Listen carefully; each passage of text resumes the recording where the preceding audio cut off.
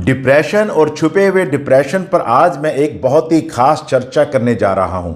एक लंबे समय से लोगों की डिमांड आ रही थी कि डिप्रेशन के ऊपर आप एक लेटेस्ट वीडियो बनाइएगा, क्योंकि डिप्रेशन एक ऐसी बीमारी है, एक ऐसा रोग है जो दिन प्रतिदिन चारों तरफ फैलता जा रहा है। और सबसे खास बात यह है कि बहुत सारे लोग नैदानिक यानी कि क्लिनिकल डिप्रेशन के शिकार होते हैं और बहुत सारे लोग ऐसे भी होते हैं जिनको ये पता ही नहीं होता है कि उनको डिप्रेशन है।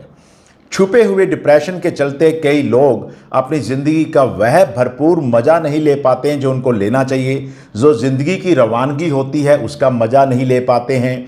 और कई बार तो यह भी देखा गया है कि जो लोग डिप्रेशन से पीड़ित होते हैं वह सालों साल दवाइयाँ खाते रहते हैं पर वो ठीक नहीं होते हैं। इन तमाम समस्याओं के ऊपर लेटेस्ट जानकारी के साथ आज मैं आप लोगों से बातचीत कर रहा हूं। ऐसी बहुत सारी टेक्निक्स के बारे में बता रहा हूं जिनको अपनी ज़िंदगी में अपनाकर आप अपने डिप्रेशन से बाहर आ सकते हैं। अगर आपको डिप्रेशन नहीं भी है तो डिप्रेशन कभी आपके आसपास भी नहीं आएगा। यहाँ यह मैं आपको बता दूं कि पिछले 30-35 वर्षों से मैं मानसिक स्वास्थ्य के क्षेत्र में कार्य कर रहा हूँ और मैं ये सारा कार्य एक समाज सेवा के रूप में कर रहा हूँ। ऐसे बहुत से क्षेत्र हैं, ऐसे बहुत से लोग हैं जिनकी पहुंच किसी साइकेट्रिस्ट या किसी मनोविज्ञानी तक नहीं हो पाती है। वह मेरे YouTube वीडियोस को देखकर अपनी ज़िंदगी के अंदर कुछ बदलाव करके, सोचने के तरीके बदलकर या कुछ एक्सरसाइज करके डिप्रेशन से राहत प्राप्त कर सकते हैं। हमारा सबसे बड़ा दुर्भाग्य ये है कि मनोविज्ञान के क्षेत्र में उतने ज़्यादा अनुसंधान या शोध नहीं हो पाते हैं जितने दवाइयों के क्षेत्र में होते हैं। इसका सबसे बड़ा कारण यह होता है कि मनोविज्ञान के क्षेत्र में कोई फंडिंग करने वाली कोई बड़ी एजेंसी नहीं होती है, कोई पैसा लगाने वाली कोई बड़ी कंपनियां नहीं होती है, जिसके कारण मनोविज्ञान के क्षेत्र में उतने अनुसंधान नहीं हो पाते हैं जितने दवाइयों के क्षेत्र में होते हैं। और नतीजा ये होता है कि मनोविज्ञान की बहुत सारी विधियों से हम वंचित रह जाते हैं। जबकि सच्चाई यह है कि डिप्रेशन जैसी बीमारी का इलाज केवल दवाइयों से पूर्ण रूप से नहीं किया जा सकता है। डिप्रेशन की दवाइयों के इलाज के साथ साथ आपको काउंसलिंग और साइकोथेरेपी की भी बड़ी ज़रूरत होती है। बहुत बार तो आप केवल काउंसलिंग और साइकोथेरेपी की सहायता से ही उदासी और डिप्रेशन को बाय बाय कह सकते हैं। डिप्रेशन शारीरिक कारणों से, मानसिक कारणों से, सामाजिक कारणों से, कई बार आध्यात्मिक कारणों से भी होता है। कई बार यह आनुवांशिक रूप से भी होता है। मतलब ये कि डिप्रेशन उनको अधिक होता है जिनके परिवार के अंदर किसी न किसी व्यक्ति को डिप्रेशन है। ब्रेन में एक मोनोमाइन ऑक्सीडेज नाम का एक एंजाइम होता है जो नॉरपेनेफ्रिन और सेरोटोनिन और डोपामिन के स्तर को कम करके किसी भी व्यक्ति के अंदर डिप्रेशन पैदा कर सकता है।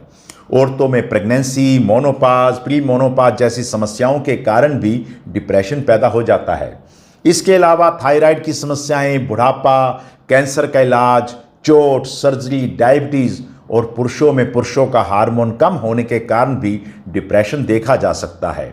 अत्यधिक तनाव, रिश्तों का टूटना, अकेलापन, सोचने के नकारात्मक तरीके, लाइफ स्किल्स की कमी और ऑप्टिमिज्म की कमी वो मनोवैज्ञानिक कारण हैं जो हमें उदास और डिप्रेशन का शिकार बनाते हैं।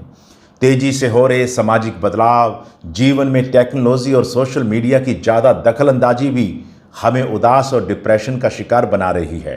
अगर आप चाहते हैं कि आपकी ज़िंदगी में कभी डिप्रेशन ना आए, या अगर आपकी ज़िंदगी में डिप्रेशन है तो वो जल्दी जल्दी रफा दफा हो जाए, तो याद रखिएगा आपको आज जो मैं टेक्निक्स बता रहा हूँ, इन टेक्निक्स को आपने अपनी ज़िंदगी में अपनाना है।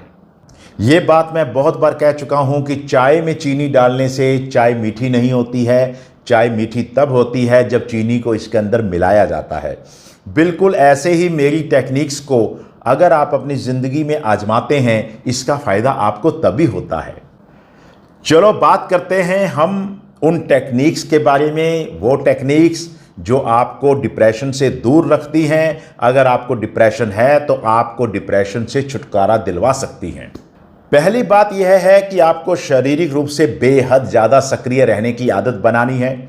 डिप्रेशन आपकी शारीरिक गतिविधियों को कम करना चाहेगा।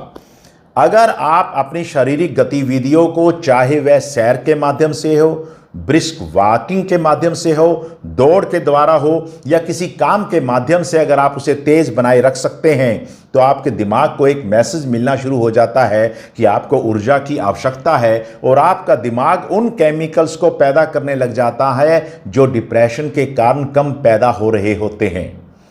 हमारे पास ऐसे हजारों उदाहरण हैं। प्रसिद्ध धावक सरदार फौजा सिंह का नाम तो आपने सुना होगा। उनके बेटे की मृत्यु के बाद वो डिप्रेशन में आ गए थे और 90 वर्ष की आयु में उन्होंने दौड़ना शुरू किया और दौड़ने के कारण ही उनका डिप्रेशन दूर हो गया। डिप्रेशन में आपका मन और शरीर निष्क्रिय होने का प्रयास करता है, आप सुस्ती में आ जाते हैं, ऊर्जा की कमी आ जाती है। लेकिन अगर आप अपने साथ जबरदस्ती करके कुछ दिन के लिए भी सक्रिय रहने की कोशिश करते हैं तो कुछ ही दिनों में डिप्रेशन और उदासी आपसे दूर भागने लगेगी। दूसरी बात यह है कि डिप्रेशन के दौरान आपका मन अंधेरे और कम रोशनी में रहने का प्रयास करेगा। आपका मन चाहेगा कि आप बंद कमरे में अंधेरे में रहें। आपने कोशिश करनी है कि आप ज़्यादा से ज़्यादा समय रोशनी में रहें अपने, और अगर आपको प्राकृतिक रोशनी मिल सके तो इससे अच्छी कोई बात नहीं है, क्योंकि रोशनी से मस्तिष्क के अंदर सक्रियता बढ़ती है और डिप्रेशन को दूर भगाने वाले न्यूरोट्रांसमीटर सेरोटोनिन इससे बढ़ता है, जिससे कि डिप्रेशन दूर होता है। तीसरी बड़ी विधि यह है कि आपका जो काम करने का मन ना करे वह जरूर कीजिएगा। नहाने का मन नहीं कर रहा, नहाइएगा। किसी से बोलने का मन नहीं कर रहा है तो बोलिएगा। चुप रहने का मन कर रहा है तो कोई गाना गुनगुनाइएगा। हंसने का मन नहीं कर रहा है तो मुस्कुरा दीजिएगा। अगर आप यह कसरत 1 सप्ताह तक कर लेते हैं तो आप याद रखिएगा कि डिप्रेशन के विरुद्ध आप एक बड़ा कदम उठा चुके होंगे और आप बहुत जल्दी डिप्रेशन को ठेंगा दिखा सकते हैं। डिप्रेशन से निपटने की चौथी टेक्निक है माइंडफुलनेस। यह एक जादुई कसरत है। माइंडफुलनेस का अभिप्राय है कि वर्तमान में रहना, अभी को जीना, इस पल को जीना, अपने चारों तरफ घटित होने वाली चीज़ों को महसूस करना, खाते खाते रोटी सब्जी के हर स्वाद को महसूस करना, लोगों से मिलते हुए उनके रंग रूप, उनके परिधान को तसल्ली से देखना, बाजार में चलते हुए हर चीज़ को ध्यान से देखना, चारों ओर हर बात को महसूस करना, यह माइंडफुलनेस है। अगर आप माइंडफुलनेस का उपयोग करते हैं तो आप डिप्रेशन को बहुत जल्दी बाय बाय कह सकते हैं। डिप्रेशन से निपटने का 5वां आसान तरीका है दूसरों की सहायता करना। ऐसा देखा गया है कि जब हम अपने दुख दर्द को, अपनी समस्याओं को भूलकर दूसरों की सहायता करते हैं, वह सहायता किसी भी प्रकार की हो सकती है, छोटी बड़ी किसी भी प्रकार की हो सकती है। अगर हम दूसरों की सहायता करते हैं तो हम बहुत जल्दी डिप्रेशन से अपने आप को बाहर निकाल सकते हैं। याद रखिएगा, ये एक जादुई टेक्निक है, इसे आप अपनी ज़िंदगी में आजमा के देखिएगा। अगर आपको डिप्रेशन नहीं भी है तो आप पहले से ज़्यादा खुश रहने लग जाएंगे। डिप्रेशन से निपटने की छठी विधि बेहद आसान है। आज से आपने लोगों का धन्यवाद और आभार करना सीखना है। अपने भगवान का धन्यवाद करना है। कोई व्यक्ति आपके लिए कोई छोटा सा काम भी करता है तो उसका आभार व्यक्त कीजिएगा। अगर कभी किसी ने आपका कोई काम कभी पहले भी किया है तो उसे याद करके उसका आभार व्यक्त कीजिएगा। हर रोज प्रार्थना करते समय भगवान का आभार व्यक्त कीजिएगा। मनोविज्ञान शोधों ने देखा है कि जब हम आभार व्यक्त करते हैं तो हम ज़्यादा खुश रहते हैं और हम डिप्रेशन से बहुत जल्दी बाहर आते हैं। डिप्रेशन से दूर रहने की एक बड़ी विधि दूसरों से तुलना करना बंद कर देना भी है। याद रखना, दूसरों से तुलना करना एक मानसिक बीमारी है। यह एक ऐसी गेम है जिसमें आपका हारना बिल्कुल निश्चित है, क्योंकि जो व्यक्ति थोड़ा सा भी उदास होता है वो अपने आप को कम और दूसरों को बड़ा आंक कर देखता है। सोशल मीडिया के ज़माने में तो ये बात बहुत आम हो चुकी है, क्योंकि सोशल मीडिया पे लोग बातें डालते रहते हैं जिनमें से बहुत सारी बातें झूठी भी होती हैं। उनको देखकर आप अपना कंपैरिजन उनके साथ करने लग जाते हैं।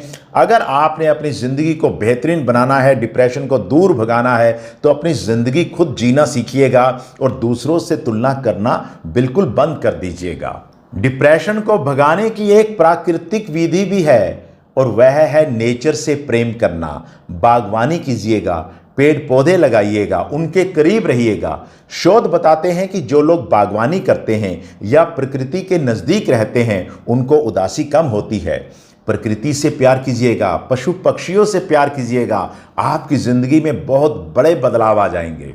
डिप्रेशन और उदासी को दूर करने के लिए आपने अपने सोचने की एक आदत को भी बदलना है। देखा यह है गया है कि जब आपको उदासी आने लगती है तब आप अपने अंदर बहुत सारी नेगेटिव बातों को ढूंढने लग जाते हैं। इसे हम सेलेक्टिव एब्स्ट्रैक्शन कहते हैं। आज से आपने हर रोज सुबह उठकर अपने जीवन की 5 अच्छी बातों को व्हाट्सएप पर लिखकर अपने आप को व्हाट्सएप कर देना है। अगर आप इन टेक्निक्स को अपनाते हैं तो आप खुश रहना शुरू कर देंगे। अगर आपको डिप्रेशन है तो धीरे धीरे आपका डिप्रेशन गायब होने लगेगा। बहुत बहुत धन्यवाद।